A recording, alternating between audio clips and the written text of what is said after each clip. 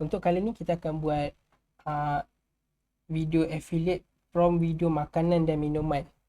So kita start dengan huraian adegan. So ini lebih kepada kita nak scene tu macam mana untuk video suara kita. So saya dah ada siap-siap. So kita just letak je scene tu. And then kita ada durasi.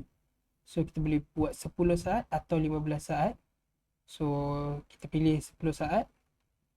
Dan kita boleh sertakan kemunculan talent.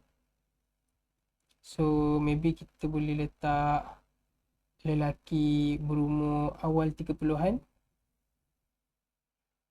Dan kita bagi tahu apa pemakaian dia, memakai apron dan sebagainya. Kemudian kita aktifkan bunyi ambient, framing, and then narasi voice over.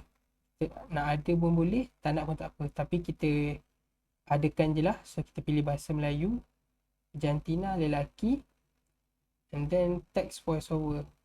Text voice over adalah apa yang akan dikatakan lah oleh karakter kita dalam video tu.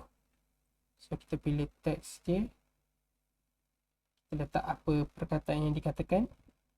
Kemudian kita pilih gaya video dia macam mana. So kita isi gaya dia. Dan kita tekan button jana prompt ni. So di sini kita akan dapat prompt yang sangat detail untuk video suara kita. So seperti biasa, apa yang kita perlu lakukan adalah salin prompt ini, and then kita paste dekat suara.